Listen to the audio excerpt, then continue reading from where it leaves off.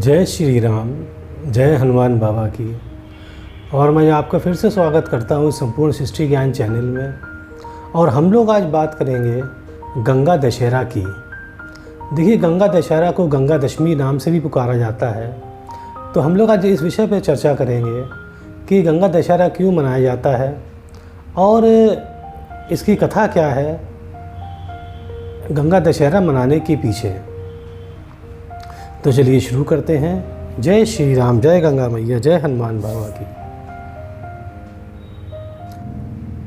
देखिए, ऐसा है कि ये माना जाता है कि ज्येष्ठ मास के शुक्ल पक्ष की दशमी को, फिर बता दें आपको, ज्येष्ठ मास के शुक्ल पक्ष की दशमी तिथि को भागीरथ राजा गंगा जी को इस पृथ्वी स्वर्गलोक से लेके आए थे। तो इसीलिए जो यह दिन है वो गंगा दशहरा के नाम से जाना जाता है और इसे गंगा दशमी भी कहते हैं, क्योंकि यह ज्येष्ठ मास के शुक्ल पक्ष की दशमी को गंगा जी स्वर्ग से पृथ्वी पर आई थी। अब देखिए, गंगा दशहरा हमारे भारत में बहुत ज़ोरों शोरों से मनाया जाता है और इस तिथि को जहाँ जहाँ गंगा नदी बहती है वहाँ पर मेला लगा रहता है नहाने वालों का, क्योंकि ये माना जाता है कि अगर इस दिन हम गंगा नदी में स्नान करते हैं तो जितने भी हमारे पाप हैं या गलत हमने कर्म किए हैं वो सब खत्म हो जाते हैं। और इसी दिन गंगा नदी में नहाने के बाद वहीं पर गंगा माँ को फूल है, दूध है और मिठाई है, वहाँ सब कुछ अर्पण होता है। अब देखिए, जहाँ गंगा नदी नहीं है वहाँ पर क्या होता है, वहाँ पर क्या करते हैं कि गंगा जल तो सभी व्यक्तियों के पास होता है, तो वो अपने नहाने के जो बाल्टी होती है उसमें गंगा जल डाल लेते हैं पानी में और उसी से स्नान कर लेते हैं। तो अब ये देखिए, अब ये प्रश्न उठता है कि गंगा दशहरा की व्रत कथा क्या है। अगर व्रत रखते हैं तो व्रत कथा क्या है? व्रत कथा मतलब कि गंगा जी कैसे इस पृथ्वी पर आई। तो देखिए, मैं बताता हूँ आपको कि प्राचीन काल की बात है। अयोध्या नगरी में एक राजा समर नाम के समर राज्य करते थे।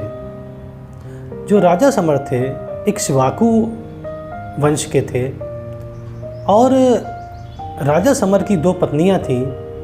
एक का नाम था सुमति, एक का नाम था केशनी। अब राजा समर ने देखा कि उनकी दो पत्नियां हैं, तब भी उनके कोई संतान नहीं हो रही है, तो वो दो पत्नियों को हिमालय ले गए और वहाँ पर उन्होंने घोर तपस्या करी, राजा समर ने और उनकी दोनों पत्नियां सुमति और केशनी ने। तो भगवान शिव प्रसन्न हो गए और उन्होंने वरदान ये दिया कि सुमति को एक ही बच्चे की लड़का होगा और वही वंश चलाएगा। और उन्होंने कहा कि जो केशनी है उसके 60,000 पुत्र होंगे। और ऐसा कहकर शिव जी अंतर्ध्यान हो गए। अब यह वरदान पाकर तीनों खुशी खुशी राज में लौट आए और राजा समर राज करने लगे।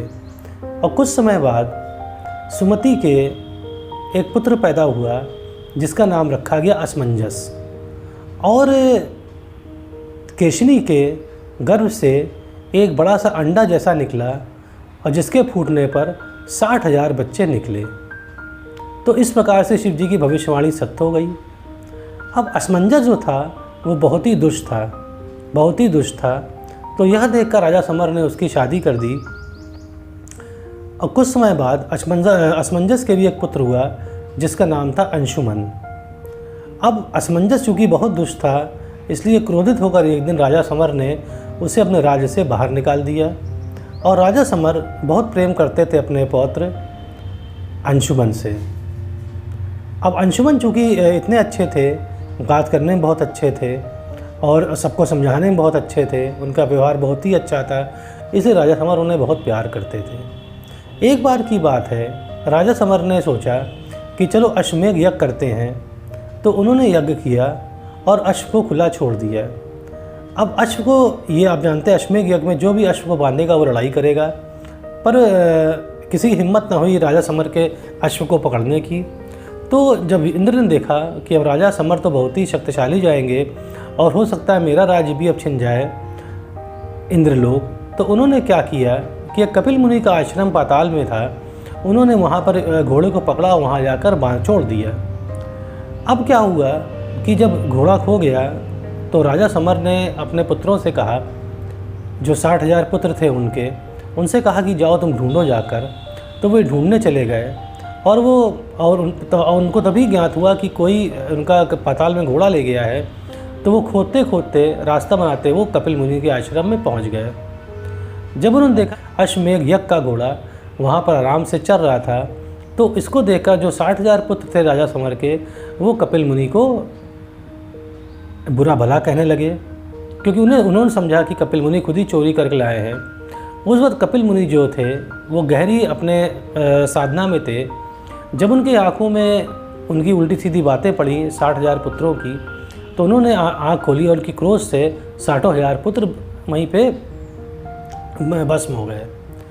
उसके पश्चात जब भस्म हो गए तब अब ये तो बात राजा समर को मालूम नहीं थी, तो उन्होंने अपने पौत्र अंशुमन को बुलाया और उनका जाओ तुम ढूंढो जाकर, देखो तुम्हारे जो भी ताऊ या चाचा थे वो कहाँ चले गए हैं तुम्हारे। तो उसके बाद वो राजा अंशुमन भी खोजते खोजते पहुँचे पाताल लोक में कपिल मुनि के आश्रम में। तो वहाँ उन्होंने कपिल मुनि के आश्रम में जब जाकर देखा और कि देखा कोई वहाँ कुछ नहीं, सिर्फ राखी राख थी। तो उन्होंने जाकर बहुत उनकी प्रार्थना करी, उनको बहुत समझाया, उनकी सेवा करी। तो कपिल मुनि बहुत खुश हो गए और कपिल मुनि ने कहा अंशुमन से कि बताओ तुम्हें क्या चाहिए। तो बोले कि प्रभु मुझे बस यही चाहिए कि जो मेरे 60,000 जो पूर्वज हैं यहाँ पर उनको आप जिंदा कर दीजिए। तो कपिल मुनि बोले कि देखो मैं ऐसा नहीं कर सकता हूँ, परंतु अगर कोई भी गंगा जी को ले आएगा मतलब ये स्वर्ग से, और इन पे गंगा जल लगेगा तभी ये मुक्त होंगे और मोक्ष को प्राप्त होंगे। तो अब यह सुनकर अंशुमन चल दिए और जाकर उन्होंने राजा समर को बताया। तो राजा समर ने जब यह सुना तो राजा समर अंशुमन को अपना सब कुछ दे के पार्ट दे के चले गए हिमालय में, और वहीं पर उन्होंने प्राण त्याग दिए, पर वो गंगा माता को स्वर्ग से नीचे नहीं ला सके। जब अंशुमन को यह ज्ञात हुआ कि अब राजा समर की मृत्यु हो गई है, अब चूँकि अंशुमन के एक पुत्र दिलीप था, तो अब दिलीप भी बड़ा हो गया था, तो अंशुमन ने दिलीप से कहा कि तुम अब राजपाट संभालो, अब मैं जा रहा हूँ तपस्या करने हिमालय पे, और मैं लाऊंगा गंगा मैया को स्वर्ग से पृथ्वी पर अंशुमन भी बहुत तपस्या करके वृद्ध हो गए और चल बसे एक दिन। तो यह बात दिलीप को मालूम पड़ी। तो दिलीप ने ये सोचा कि मैं भी जाऊंगा, अपने जो पूर्वज हैं उनका मैं अनुसरण करूंगा और मैं गंगा माता को मैं लाऊंगा इस धरती पे।